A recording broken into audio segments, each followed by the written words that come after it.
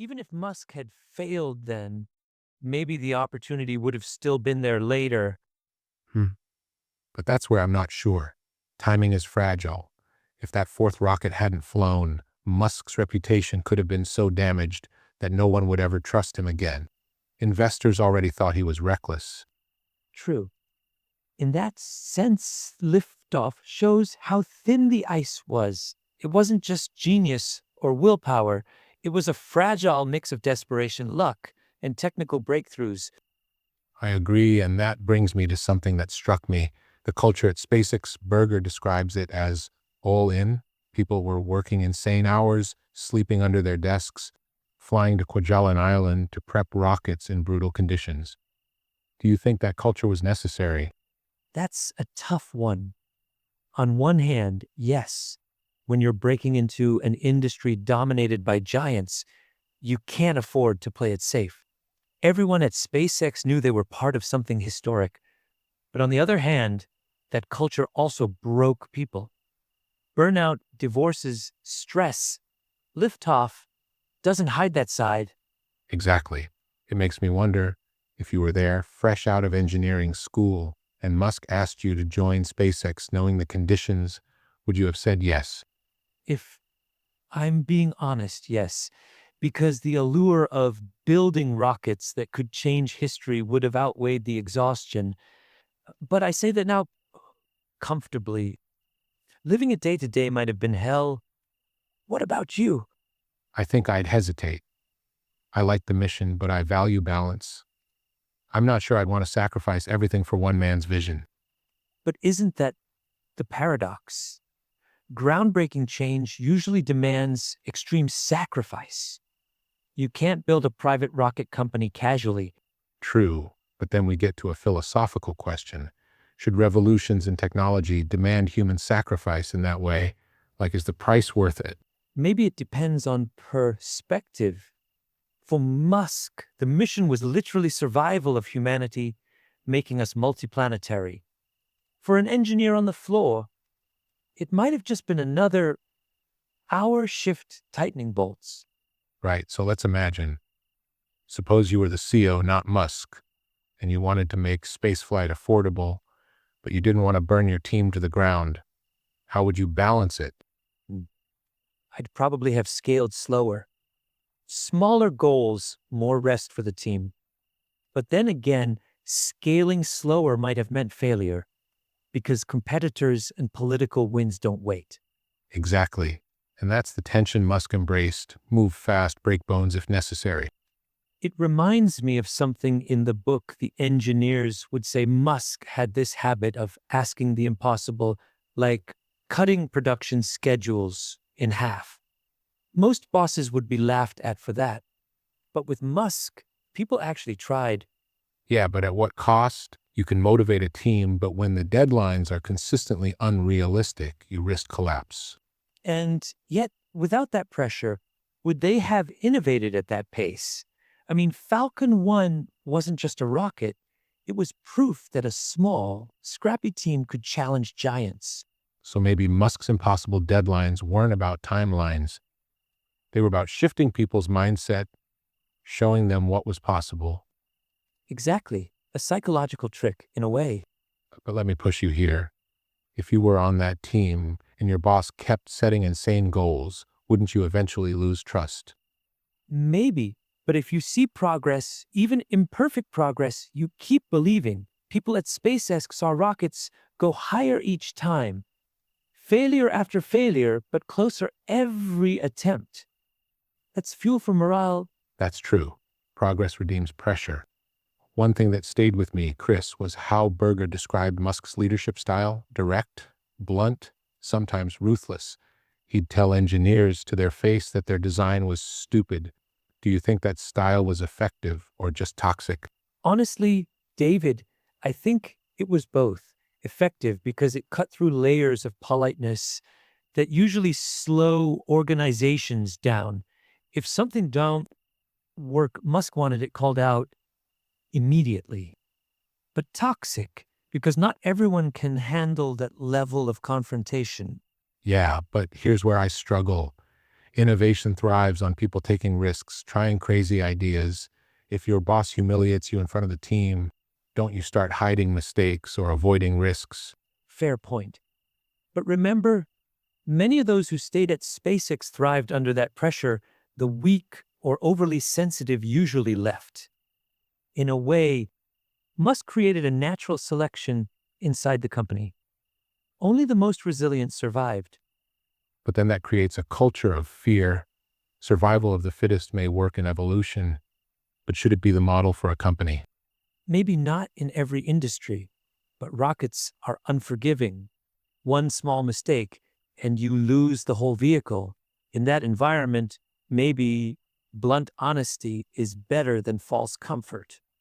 Okay, but imagine if Musk had been more empathetic, encouraging instead of harsh. Do you think the results would have been slower? Possibly. Think of it this way: Musk wasn't running a daycare, he was trying to bend physics. He needed people who could take criticism like oxygen. I get that, but still, I wonder if brilliance always has to come packaged with abrasiveness. Not always. But Musk's abrasiveness was part of his urgency. He believed humanity didn't have time for polite progress. Let's flip this. If you, Chris, were leading early SpaceX, would you emulate Musk's bluntness? I'd probably moderate it. I'd still demand excellence, but I'd frame criticism more constructively. Because in the long run, even brilliant engineers are still human. Burn them enough, they break. Agreed. I think that balance between urgency and humanity is one of the deepest tensions in the book. Yeah, and it shows in how people talked about him. Some worshipped him, others couldn't stand him. Let's talk about Kwajaya Line for a second. Berger paints this almost surreal picture of young engineers living on this remote Pacific atoll, battling mosquitoes, heat, and exhaustion while trying to launch rockets. What did you make of that? Oh man, that part was wild.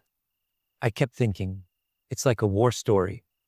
You've got these kids, barely out of college, isolated from the world, fighting against nature and physics. It felt like Musk had turned them into pioneers, almost like astronauts on Earth. True. But was it necessary? Couldn't they have tested rockets somewhere less harsh? Technically, they needed a safe place for launches far from populated areas. Quaj fit that bill. But symbolically, it was a crucible. Only the most committed survived that grind. So in a way, Kwaj was like a filtering mechanism. It separated dreamers from doers. Exactly. And the people who survived Quaj became the backbone of SpaceX later. Imagine being one of those engineers, 24 years old, and instead of a normal job, you're living on a tiny island trying to build a rocket from scratch. Would you have thrived in that situation? Honestly, part of me thinks yes, because at that age, adventure and purpose matter more than comfort. But part of me wonders if I'd have burned out. I think I'd have cracked. I admire them, but that level of intensity, I don't know if I'd last. And that's why SpaceX's story is unique. It wasn't just Musk.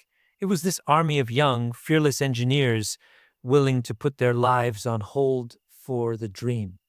Let's pivot to the failures. The first 3 Falcon 1 launches, each one ended in disaster. Fuel leaks, stage separation issues, engine problems. Most startups would have died right there. Why didn't SpaceX quit? Because Musk didn't let them. He reframed each failure as progress. After the first flight, they said, "At least we cleared the pad." After the second, "At least we got further." That mindset turned disasters into milestones. But was that delusion or vision? Maybe both. But sometimes delusion is necessary to keep people going when rationality says stop. Interesting. So in your view, a bit of delusion is part of every big breakthrough. Yeah. If you're too rational, you'll never attempt the impossible. But then where do you draw the line between healthy persistence and destructive stubbornness? The line is thin, and that's why Liftoff is fascinating. Musk walked that line. If Falcon 1's 4th flight had failed, history would call him a fool. Because it succeeded, history calls him a visionary. That's the cruel truth: outcomes decide reputation. Exactly. Victors write history, even in engineering. Let's try a hypothetical. Say you're leading a startup and you've had 3 catastrophic failures. Investors are gone, money is nearly empty. Would you take the last dollar and bet it on a 4th try? Or would you pivot? Tough. My cautious side says pivot, save what's left. But if the mission was as grand as SpaceX, I might risk it all. Because partial commitment doesn't win in rocket science. What about you? I think I'd pivot. I admire Musk, but risking everything on one more shot feels reckless. I'd rather redirect the knowledge to something less all or nothing. That's the difference between visionaries and pragmatists. Musk was all in. And sometimes that's what it takes. Fair. But then you have to ask, should everyone be like Musk? Or is he an outlier that can't be copied? I think he's an outlier. Most people who try that level of risk end up broke or forgotten. Musk is the exception, not the rule. And yet, books like a Liftoff inspire readers to think they can replicate it. Yeah, that's the danger. People see the success, not the razor, thin margin of failure. So maybe the lesson isn't be like Musk, but understand what it really costs. Exactly. And the cost was immense financially, emotionally, personally. Musk nearly lost everything. His marriage was crumbling. He was sleeping on friends' couches, splitting money between Tesla and SpaceX. That part hit me hard. The myth is Musk as this untouchable billionaire. But in 2008, he was basically broke. Yeah. And that makes the triumph of Falcon 1 and the NASA contract that much more dramatic. It was salvation at the last possible moment. Like a movie climax, except it was real life. Exactly. And Berger captured that tension beautifully. Chris, one thing I loved in Liftoff is how Berger highlighted the engineers, not just Musk. People like Tom Mueller, Gwynne Shotwell, and even the younger hires who shaped space's DNA. Yeah, I thought that was brilliant. Most books would just focus on Musk as the lone genius, but Berger showed that without Mueller's engine expertise or Shotwell's ability to build trust with NASA and customers, there wouldn't be a SpaceX. Right? Mueller, especially. That guy came from working on homemade rockets in his garage, and suddenly he's building the Merlin engine. Musk gets the vision points, but Mueller made it real. Exactly. And think about it. The Merlin engine was designed and built in-house, unlike the big aerospace companies who outsourced everything. That decision was insane at the time. Insane, but it became their advantage. Building engines in-house gave them control, lowered costs, and made them faster. Yeah, but it also made every failure personal. When a Merlin engine blew up, it wasn't some faceless supplier's problem. It was the SpaceX team's own work on the line. And that's where I think Musk's style worked. He forced ownership. No one could hide behind layers of contractors. True. And then there's Shotwell. I think she's one of the unsung heroes in the early days. Musk was brash and polarizing, but Shotwell could talk to NASA, to investors, to customers, and make them believe in SpaceX. I agree. In fact, without her, I doubt NASA would have awarded them the contract after Falcon 1. Totally. She brought credibility. Musk inspired, but Shotwell reassured. So here's a question. Do you think Shotwell ever disagreed with Musk in those days? Or was she just smoothing over his rough edges? I think she definitely disagreed, but she was smart enough to choose her battles. Musk respected competence, so as long as she delivered, she had influence. That's interesting, because a lot of founders fail when they surround themselves with yes men. Musk, for all his flaws, attracted people who push back. Yeah, that's key. Musk could be domineering, but he thrived on debate. People like Mueller and Shotwell weren't afraid to argue with him. It makes me think of something. If you or I were in Musk's shoes, would we have had the humility to listen to experts? I'd like to think so, but Honestly, it's tough. Visionaries often fall into the trap of thinking they know best. Musk's genius was that despite his ego, he did absorb input from brilliant people. Yeah, he demanded impossible things, but he also respected those who could deliver. Exactly. Another part that struck me was the engineers on Quad. Berger wrote about how they became like a family, improvising fixes, sharing laughs in the middle of chaos. That kind of bond doesn't form in normal companies. Right? And it reminds me of startups in general. Those early teams, before bureaucracy sets in, are bonded by the struggle.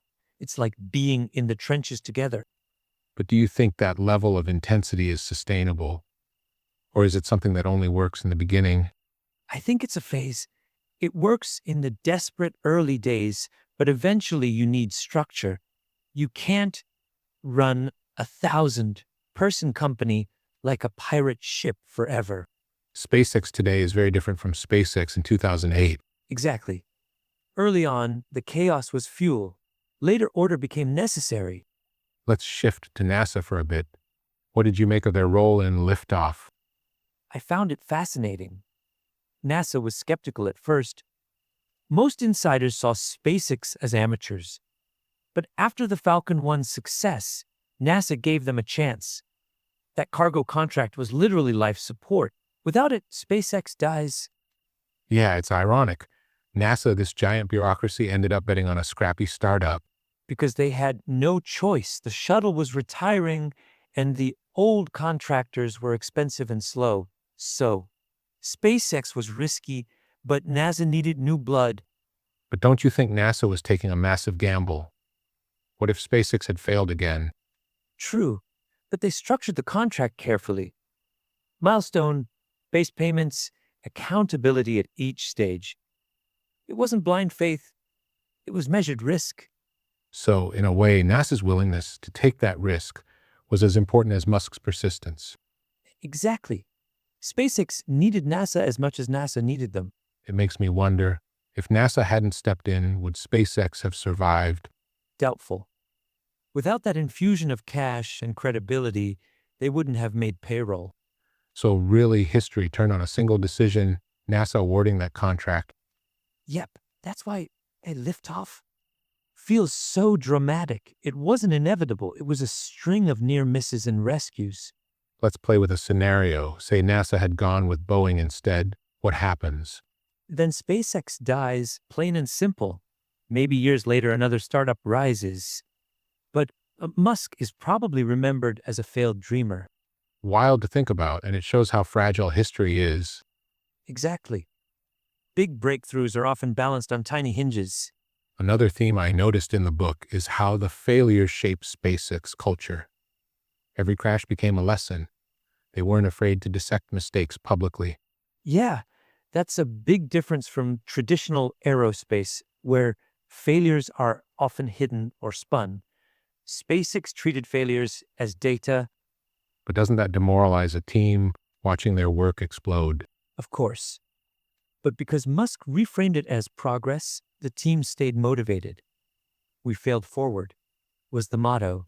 Let me challenge you here. Do you think constant failure could ever backfire, making a team cynical? Sure, if there's no visible progress, people lose faith. But SpaceX's failures always had silver linings. One more stage worked, one more system survived. That gave hope. So the secret wasn't avoiding failure, but framing it properly. Exactly. That makes me think, if you were running your own startup, would you adopt that culture of embracing failure? Absolutely, but with a caveat. Failure is useful only if you learn fast. Repeated failures without change is just incompetence. Agreed. I think Musk's genius was compressing the feedback loop. Fail, fix, fly again fast. Yep. Speed of iteration was the real weapon. I like that, speed as a weapon. It was. The old aerospace giants would take years between tests. SpaceX would blow up a rocket and try again in months. That rhythm built momentum. And momentum is everything in startups. Exactly. Momentum kept the dream alive. Chris, as we've been talking, one thing keeps coming back to me. Risk. This whole story is basically about how much risk one man and one team were willing to take. Yeah, risk is the heartbeat of Liftoff. Musk risked his fortune, his reputation, even his sanity. The engineers risked their careers and health. NASA risked its credibility by betting on them. But here's the question. Was it worth it? Sure, now we say yes because SpaceX succeeded. But in the moment, it must have looked like madness. That's the paradox, David. Big breakthroughs always look like madness until they work. If Falcon 1 had failed a fourth time, Musk would have gone down as a reckless billionaire playing rocket games. True. And that raises something interesting. How much of success is skill and how much is luck? Oh, I wrestled with that while reading. Musk had undeniable skill recruiting top talent, pushing boundaries, absorbing details. But luck played a role too. The timing with NASA, the fact that the fourth launch worked. So maybe it's like this skill sets the stage, but luck decides whether the curtain falls or rises. I like that. And Musk kept setting the stage relentlessly until luck finally joined the act. But then how do we apply that lesson to our own lives? Do we just take wild risks and hope luck favors us? Not exactly. I think the lesson is to take calculated risks, but keep pushing long enough that probability eventually tilts your way. So persistence creates its own kind of luck. Exactly. Musk himself said, if something is important enough, you do it even if the odds aren't in your favor. That line is powerful, but also dangerous. What if someone applies it blindly without the resources Musk had? Fair point. Musk had millions from PayPal to fuel his obsession. The average person doesn't have that cushion. So maybe the deeper lesson is less about money and more about mindset, thinking bigger, refusing to accept boundaries, but also being brutally realistic about execution. I agree. A liftoff isn't a manual to copy Musk. It's a mirror to examine your own appetite for risk and resilience. Let's imagine something. Say you had Musk's resources in 2002. Would you have started a rocket company? Honestly, no. I would have thought it impossible. I'd probably have invested in safer industries. Me too. And that shows why Musk is different. He wasn't just ambitious, he was unreasonable in the best sense. Yeah, and George Bernard Shaw said it, the reasonable man adapts himself to the world. The unreasonable one persists in trying to adapt the world to himself. Therefore, all progress depends on the unreasonable man. Musk was that unreasonable man. But here's the tricky part. Most unreasonable men fail. Exactly, which is why Musk is both an inspiration and a caution. He shows what's possible, but also how rare it is. So then the question becomes, should we encourage more people to be like Musk? Or should we warn them not to? I think we should encourage ambition, but also teach the reality. The sleepless nights, the failures, the cost on personal life. Because Musk paid a heavy price. His marriage broke apart. He was under immense stress, even broke financially at one point. Yes, success always has hidden costs. And that's something a liftoff reveals. Behind the rockets and headlines were human beings breaking down, crying, getting divorced. True. But without that sacrifice, maybe we wouldn't have reusable rockets today.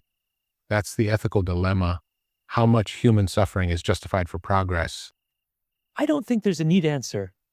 Progress has always come at a cost. The question is whether the cost is chosen freely or imposed unfairly. Good point. And from the book, it seems most SpaceX engineers chose to be there, knowing the grind. Yeah, they weren't forced. They believed in the mission. So maybe the difference is consent. If people willingly sacrifice, then progress feels more ethical. I like that framing. Let's pivot a bit. What do you think Liftoff tells us about innovation in general, not just rockets? I think it shows that innovation isn't clean or pretty. It's messy, painful, full of setbacks. But the key is iteration. Fail fast, Learn fast, improve. That's so true. A lot of people think innovation is a eureka moment, but in reality, it's trial and error, often with more error than success. Yeah, Falcon 1 is the perfect metaphor. 3 explosions, then finally triumph. And notice, each failure wasn't wasted. They learned something every time. Exactly. Failure wasn't the opposite of progress. It was part of progress. If we applied that to daily life, imagine how differently we'd view mistakes. Yeah, instead of shame, we'd see them as steps. So maybe one of the book's hidden lessons is to reframe failure. Absolutely. Another theme I saw was speed. Berger makes it clear SpaceX's advantage wasn't just brains, it was how fast they moved. Right? They didn't wait for perfect designs. They built, tested, failed, and rebuilt. Which is almost the opposite of traditional aerospace, where delays and over-engineering kill momentum. Yeah, SpaceX turned speed into a competitive weapon. Let me ask, do you think that model works everywhere or only in certain industries? I think it depends. In software, speed works great. In rockets, it's risky but can pay off. In medicine, moving too fast could be catastrophic. So the principle is situational. Exactly. But the mindset, bias toward action, is valuable anywhere. Agreed. Another thing Liftoff shows is how much culture matters. Musk didn't just hire engineers, he hired believers. Yeah, people who wanted more than a paycheck, they wanted a legacy. And that's why they endured the grind. Which makes me think, if you were leading a company, how would you build that kind of culture? I'd start with a clear mission. People can endure almost anything if they believe in the why. Yeah, Simon Sinek's idea, start with why. Exactly. But here's the challenge. What if the mission isn't as grand as making humanity multiplanetary? Say you're just running a logistics startup. How do you inspire people then? Good question. I think you still tie it to meaning. Maybe your logistics company empowers small businesses, reduces waste, helps communities. It's not Mars, but it's still impact. So meaning scales to context. Yes, not everyone needs Mars to feel purpose. That's encouraging. And it's another reason SpaceX's story resonates. It's not just about rockets, it's about believing in something bigger. Let's end with a personal reflection. What's the biggest lesson Liftoff left you with? For me, it's that the line between failure and history, changing success is razor thin. And that persistence, sometimes bordering on insanity, can push you across that line. That's powerful. For me, the lesson is about teams. Musk had vision, but without Mueller, Shotwell, and the engineers, there is no SpaceX. Vision without execution is just fantasy. Beautifully said. Thanks. And maybe that's the message we should leave listeners with, that big dreams are possible, but only with sacrifice, teamwork, and the courage to risk failure. Yeah. And if you're going to risk it all, make sure the dream is worth it. Exactly. David, this was a great conversation. It really was crisp.